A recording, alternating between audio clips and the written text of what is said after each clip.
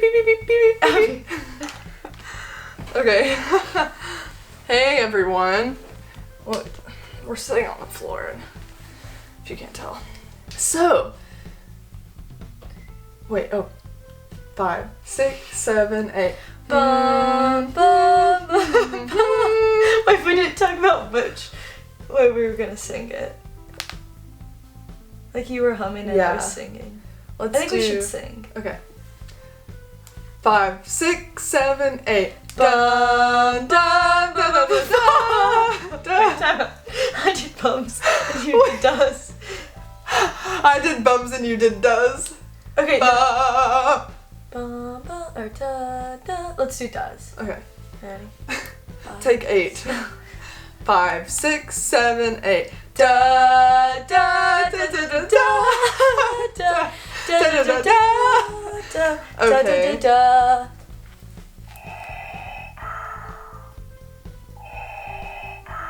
Hey. Hey. Okay, it's over.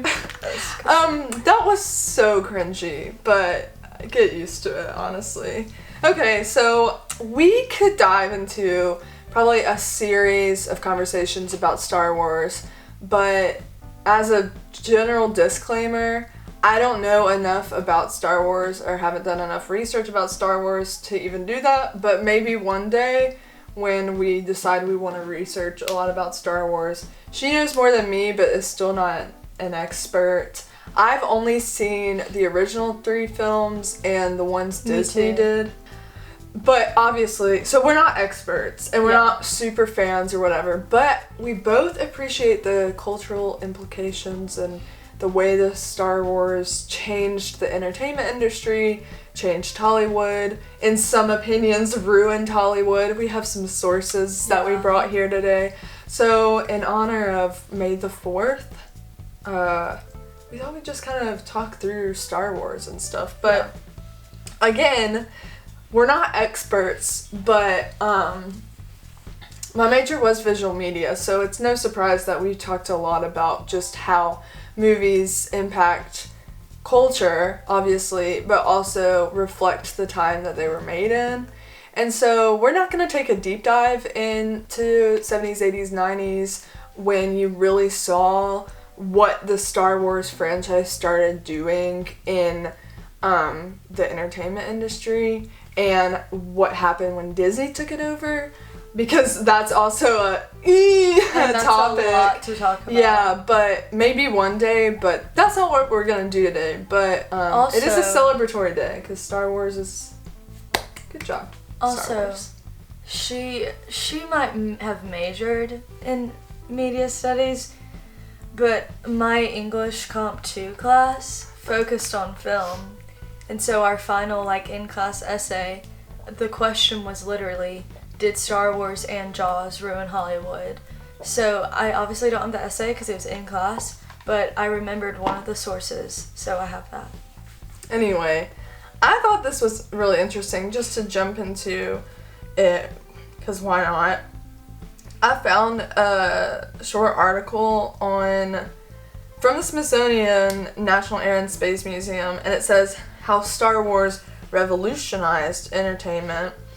And there's something on here that I thought was really interesting that I didn't think about really at all. But let's see. Okay, so this is directly from this article. I'll link the articles we're mentioning in the description so you can go read them for your Star Wars Day. I don't know, education. In addition to reviving the genre, Star Wars fundamentally changed how licensed toys and memorabilia were created and marketed. And if you notice, we have Star Wars shirts, both of us. Where did you get your shirt from? A thrift store. Oh, I got one from Target. Yeah. So. I think this is cool because if you can't tell, it has the stormtroopers and they're sat in the background's New York City. I thought that was cool. Fun fact, I don't like villains typically, but in the Star Wars franchise, I'm obviously going for the good guys, but Darth Vader and Kylo Ren and the stormtroopers, I love them. They're so cool. Like, Yeah. I'm sure a lot of people have that opinion. I only like Kylo Ren. You don't like Darth Vader? Not necessarily. Darth But Vader's again, my I don't- favorite character from the first Yeah. trilogy, and I mean, Kylo Ren's my favorite from the new trilogy, so. man, I'm just thinking about there's so much going on in Star Wars, like thematically and just generally. There's so much Yeah. going on in all of those movies. I'm like, wow, we could. I don't know. It could be like a whole series. It could be, but we'll see. Okay. But so I just thought that was an interesting point to make, how memorabilia and stuff was marketed. And I mean, just like with Harry Potter stuff for us, we're gonna see something Harry Potter and we're almost always gonna want it. Yes. And it's like, that's just like consumption at its finest. Like, we're like, oh, I need that, I need that, I need that, I need that. It's like, we don't really need it. But for Star Wars, I wouldn't really be like that for Star Wars, but that brings about a really good point, how something like Star Wars can just infiltrate like a society like that, and everyone wants this Star Wars poster or the Star Wars t-shirt, and now it's more nostalgic, so someone's gonna see something in a store and be like, oh my gosh, that's the poster from whatever, and I want it. Yeah. And then so Oh my gosh, I just remembered. I literally have a record from the 1980s of The Empire Strikes Back. Not the soundtrack. Not just the soundtrack, but the soundtrack with the literal dialogue on top of it, like straight from the movie. It was my dad's in the 80s, and I have it, but I don't have my record player. That's pretty dope. That's cool. Yeah. So yeah, stuff like that. Yeah, and so it's like I had a couple articles, a couple sources that I used.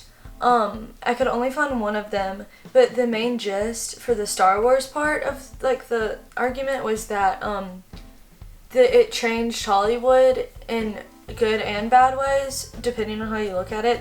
The ways that are like, you can't argue whether they're good or bad, they're strictly good, was the special effects and how it changed the special effects, because before Star Wars, like, it was like basically unprecedented, like the stuff that they were doing, and to us it seems really cheesy and like bad quality, but in the 70s and 80s when they came out, it was like insane how good it was.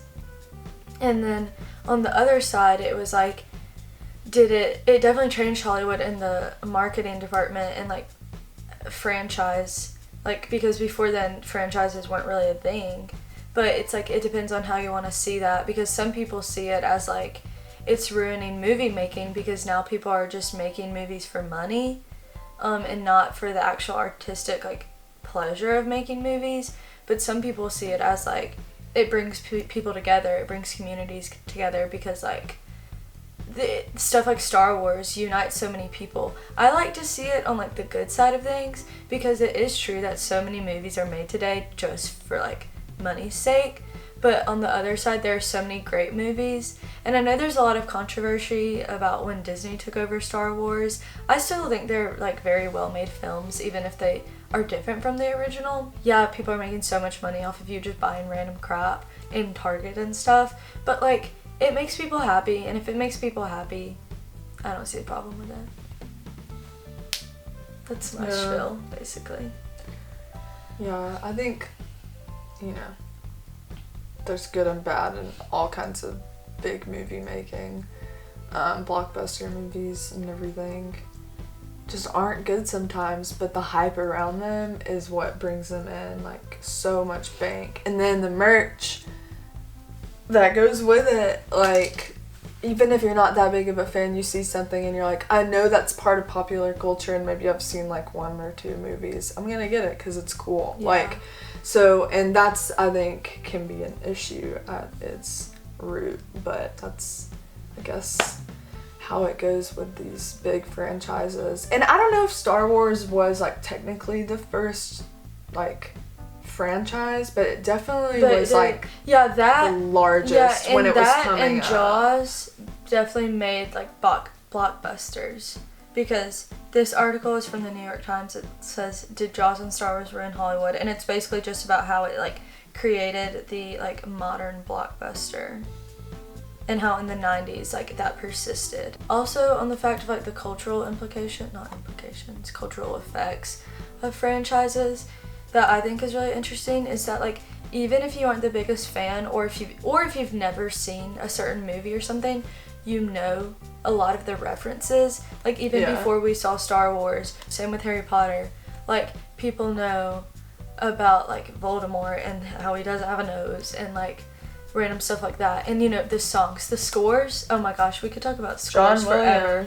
I'm just, like, looking at this article again because it is a lot about merchandise and stuff, but it talks about how Star Wars kind of started up this idea of people collecting figurines as collectibles and not just getting them as kids' toys, which is interesting and cool. That's not news to anyone that Star Wars changed the industry, but looking at more of the specific ways that it did change the industry and how it affected culture is really, really interesting. And it would have been really interesting to be growing up in that time. But when we look back at stuff that has shaped our childhood, that's going to be a cool reflection too, because when you're kind of a kid watching a franchise or something, you don't completely understand, I guess, how it is shaping your general worldview too. But for us, probably what we could equate the Star Wars franchise to is Harry Potter. Did you say Disney Channel? Yeah. Well, I was just thinking oh my about childhood. goodness. That was a joke. Yeah, but so yeah, that's what we have for Freedom Day 4. Lots to talk about, but not enough time and not enough brain power between the both of us since we're not experts. I've seen an episode of The Mandalorian. I forgot about that. Yeah, I need to watch. I didn't forget about The Mandalorian, but I forgot that I had seen an episode. I need to watch. I have a movie list of watching everything. Any last words? No. May the 4th be with you.